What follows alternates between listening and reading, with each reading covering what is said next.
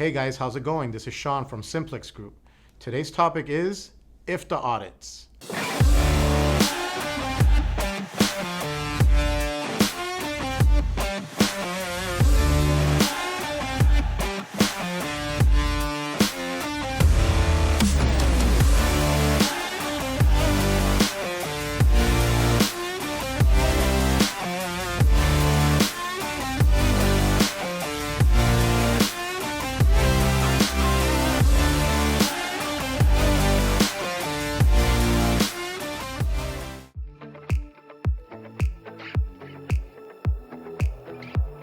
IFTA audits can be a very painful process to go through.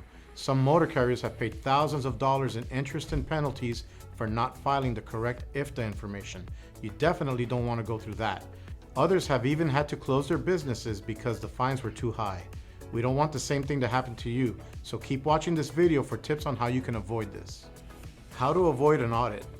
The obvious answer to this question is to follow regulations accurately, but this is easier said than done. Let's go over some important factors you should keep in mind.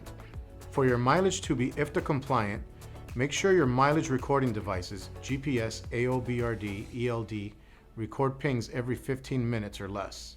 Use precise odometer readings that match your trip logs or drops and pick whether these odometer readings are collected via electronic devices or manual processes. Your main mileage recording device or other methods of recording your miles per state will be the main source that auditors will look at. It is best to have only one mileage recording system that records properly.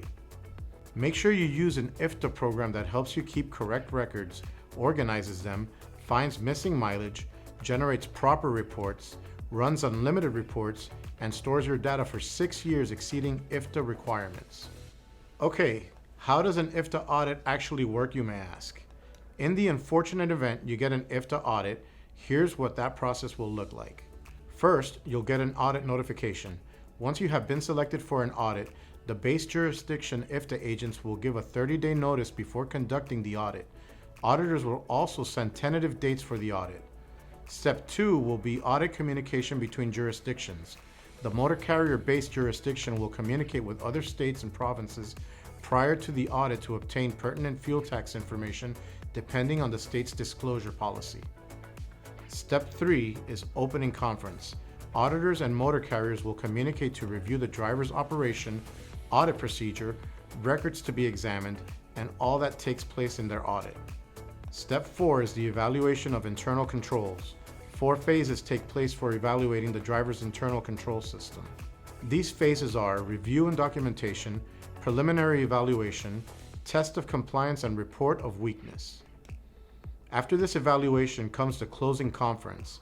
Audit findings are presented by the auditor and include the applicable penalty and interest. Also, the audit report, recommendations, and rights to appeal are officially sent to the person who is responsible for the company. Step 6. You will be presented with audit reports. Reports are sent to motor carriers and other documentation is completed to keep a proper record of the audit. The last part of this process is the notice of assessment, where outstanding amounts or payment and appeal process are handled. The purpose of IFTA and IRP audits is to make sure that you are doing your compliance record keeping correctly.